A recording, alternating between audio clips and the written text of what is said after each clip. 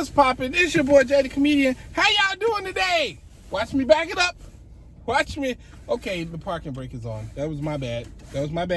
Parking brake's off now. Watch me back it up. Hey, there we go. Backup skills on full display. Anyway, what's poppin'? It's your boy Jay the Comedian. I hope y'all having a great day. My day's going pretty good so far. And today, before we get into the video, just a reminder, as I do all the time, this is an ExJw video, and you know what to do anytime you see an ExJw video. You hit the like button and you leave a comment to help the YouTube algorithm show it to as many people as possible. And if you're new here, hey, how you doing? Subscribe. That was an aggressive one. Subscribe! Because you have very nice eyeball veins. Look at that. Look at that. Nobody gonna compliment your eyeball veins today. Nobody but good old Jay the Comedian. Just me.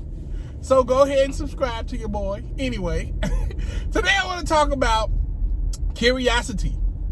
Curiosity, yes, you know the curiosity. The same one that killed the cat. Let's be honest.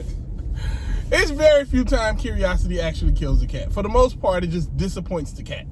Everybody know how the cat is. The cat's like, oh, what is that? Let me go smell it and scratch it. Smell, scratch, that's nothing. Just wasted one of my times of my 9 lives. Anyway, the point is, curiosity is something that, for a long time now, has always pushed the human experience further and forward and further. Both of those F words. Because that's how we grow as a society. We wonder stuff, then we think about it, and then we figure it out. You know, that's how it goes. You're like, man, my legs are really tired. There gotta be an easier way to do this. Let's ride a horse. Now my horse is tired. God, there gotta be an easier way to do this. Let's create a car. Boom. Now nobody's tired. And the horse can ride in the back of the truck. The point is, we get curious, we wonder, we ask questions, we push society forward. Society, we push it forward. That's why anybody that punish your curiosity or tries to damage or divert your curiosity, a red flag should go up. Yeah, there's something wrong with that. That's not normal. That's not good either. Neither normal nor good. And that's what the Jehovah Witnesses do. But you got to understand, curiosity is still very, very, very powerful. And there's really only one way to get out of curiosity. And that is fear. Yeah, fear. Curiosity killed the cat, remember? It didn't disappoint him, it killed him. Thus making the other cats afraid of being curious. Sometimes you just need to not find stuff out and just let it go. But that's not how you push society forward. You need to find what makes you curious and dive into it. Figure it out. There's a lot of things that people are curious about that we need to actually research and jump into. And who knows, maybe not only will we quench that thirst we have as far as our curiosity, but we can build something new and make our society better. But when you're inside the Jehovah Witness organization and you hear some information that's kind of weird and it makes you curious and you wonder, why are people saying these things and why are people doing these things? And instead of you just researching it and looking up some videos and just hearing exactly what the other side has to say, you say, curiosity killed the cat. Let me just not, let me not delve into that anymore. That's directly against what we were meant to do or what we were built to do, you know? Now, I don't believe we have, whatever. My beliefs don't matter. But if you believe in God and you believe that we were built to do greatness and do great things on this planet, you know what I'm saying? You gotta believe that being held back from information is a bad thing. That's not a good thing. That's a very, very, very bad and sad thing to do right there. Because I know what I feel like whenever I get new information. I feel good. It feels really good. To learn something that you didn't know about before, that's always something that's like, wow, that's pretty cool. I didn't know about that. I didn't even know I could do that. And then when you find out you can do it, or you find out how to do it, oh man, I'll never forget how happy I was when I learned how to do long division the first time. I was like, oh, this is dope. I didn't think I could do it.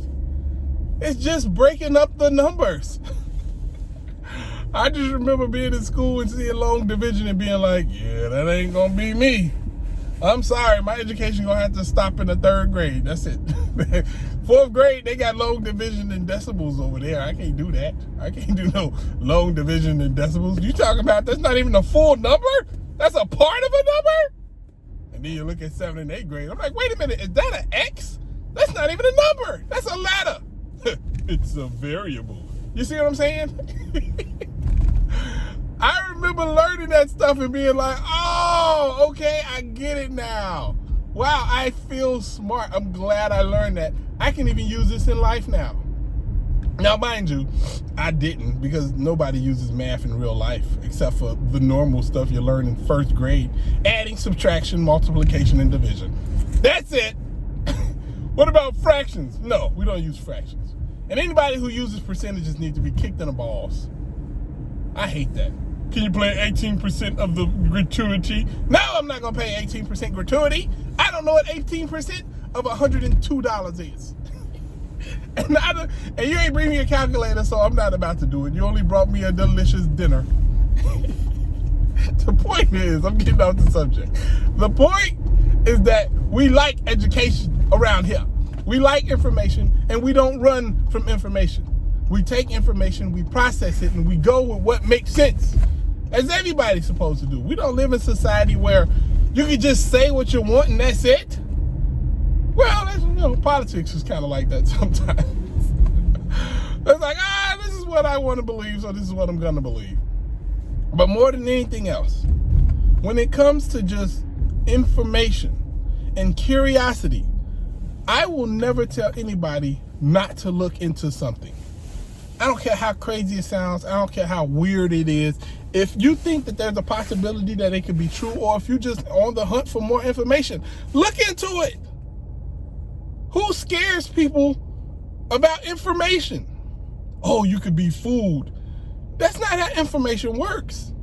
If you read something and you are fooled, or you believe something, there's usually backup information as far as those beliefs. And if you think you're fooled, or if you think you're convinced, there's more information out there.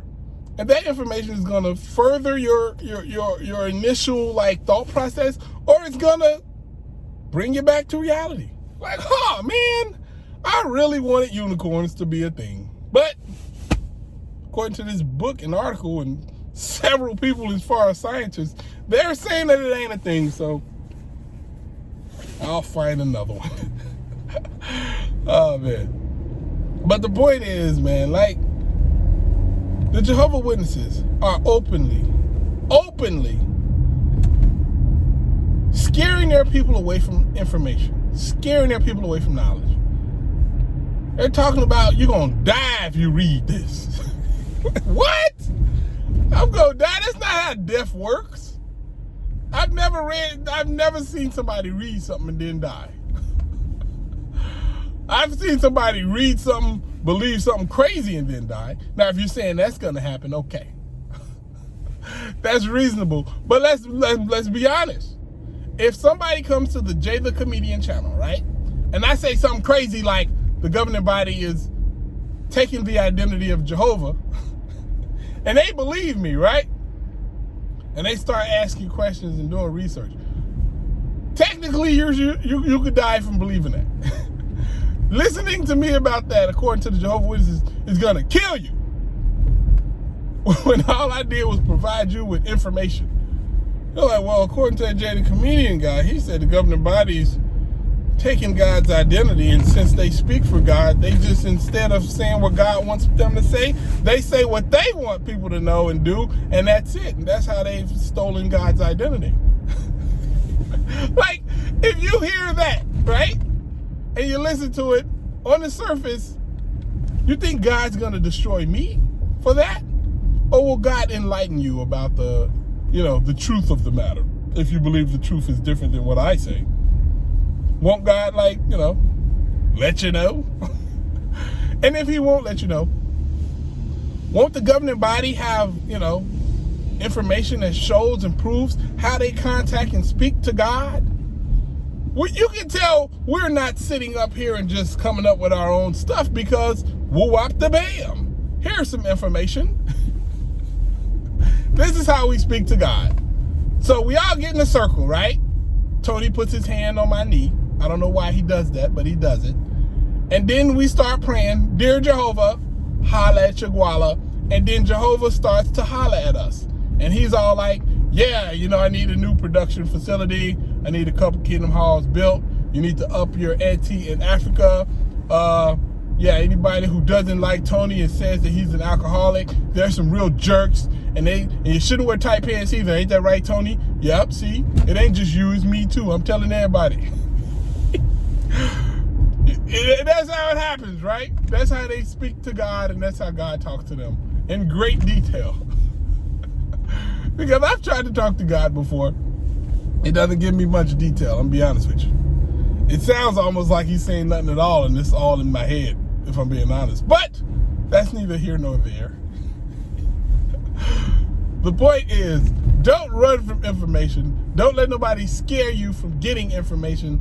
Don't let anybody tell you that your information is wrong. You're smart enough, strong enough, and you have everything you need to figure out your own information and whether or not it's right or wrong. You not kind of meanie. Anyway, it's your boy, JD Comedian. I hope y'all having a great day. I'm having a great day. Holla at your guala. Deuces.